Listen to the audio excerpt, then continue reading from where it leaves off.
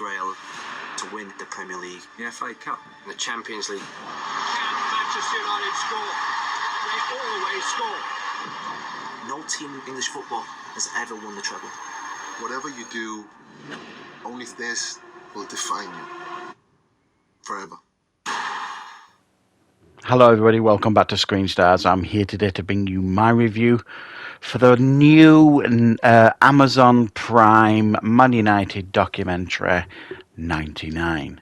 It's a 3-episode documentary that primarily focuses on the treble-winning season in the 98-99 season for Manchester United. Now, straight off the bat, I am a Man United fan.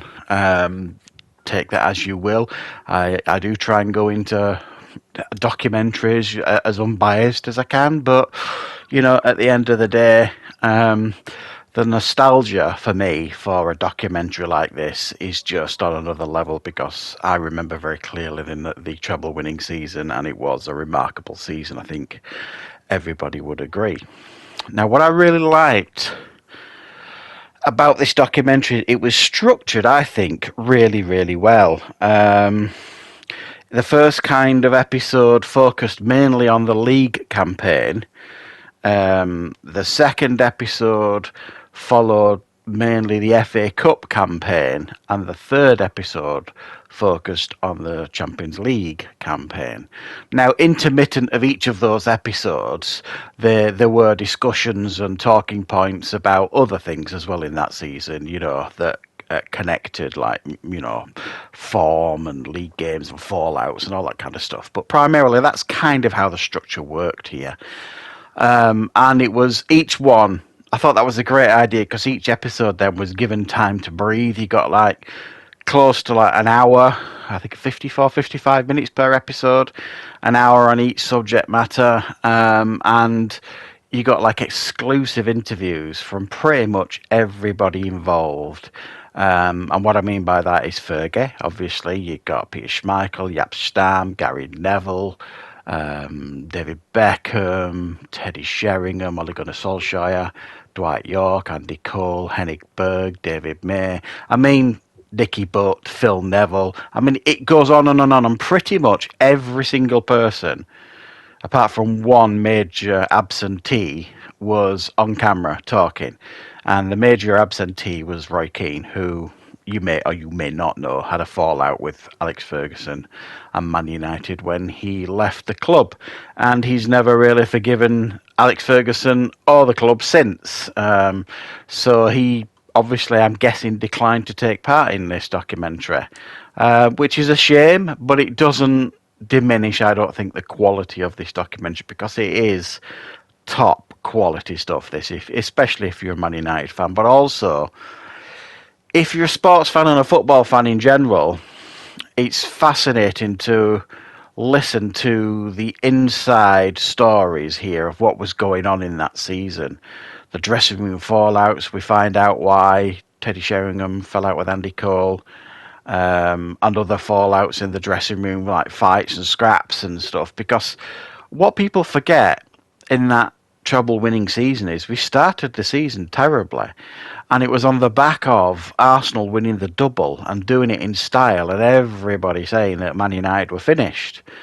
And then you got Cantona leaving, you know, I mean, and then Roy Keane had been off for nearly 12 months with a cruciate ligament injury. And, you know, I mean, we'd really had a terrible season the season before, and everybody was writing us off going into this season, and we didn't start particularly well. And the documentary is fascinating because it talks about, you know, when we got to Christmas, and they had a massive party at Christmas, and then they had like a honest discussion with each other as a team afterwards. And they made a pact with each other that they weren't going to lose again that season. And they didn't. From Christmas onwards, we never lost a game again that season. We went unbeaten in all competitions, obviously, which is why we won the treble.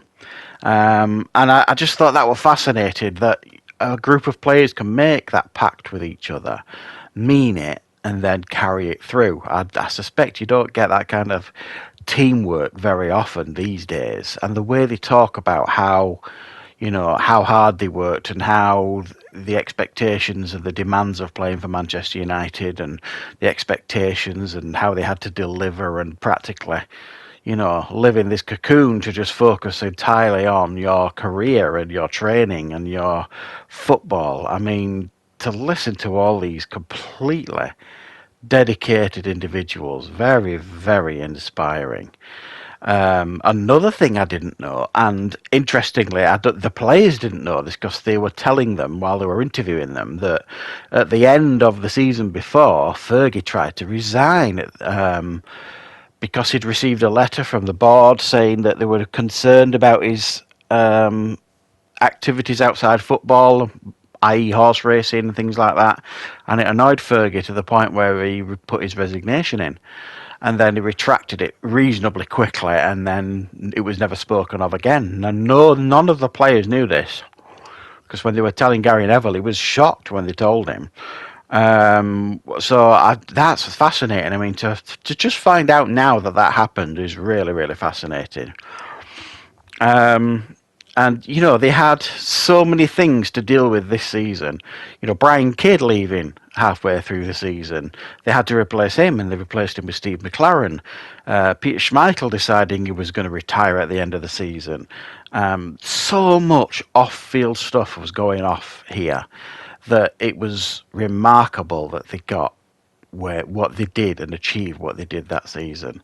So, as a Man United fan, to me, this was absolutely golden. I mean, it was inspiring stuff, and to see what we achieved that season still gives me chills and makes the hairs on the back of my neck stand up. I can remember very clearly where I was when we won the treble, you know, when we won the league title, then when we won the FA Cup, and then in particular the Champions League, because I've never been as low watching a sporting event or a football match in my life when we were losing, and it was literally coming up to full time. I tell them, to go from such a low to such a high when we equalised, and then just pure joy when we scored that winner. What they must have felt on the pitch, I don't know, because I know how I felt, and I've never been as excited, I don't think, about, you know, watching Man United as I had then, and it hasn't been matched since. So to hear them talk about it and how important it was, and for the history of the club, and the documentary, of course, does touch on the history of the club. And for those of you who don't know the history of the club and the special history that comes with it, then it'll be educational for you, obviously. So I thought this was an absolutely top-notch 3 episodes, 99. It's on Amazon Prime now. If you love to watch like inspiring stories, then give it a watch. Put it this way, and I don't mean this to sound, you know, bitter, or I don't think they'll be talking about the Man City treble in years to come the way they talk about the Man United treble in 99, because it definitely was special, because there were some truly unforgettable games in that campaign, and it is embedded in everybody's memory, I think, and non-Man United fans as well as Man United fans. It was a legendary season. So yeah, thanks for joining me, guys. I hope you enjoyed checking out this review. Check out this 99 documentary on Amazon Prime, and I will be back with plenty more reviews and content on the channel very, very soon.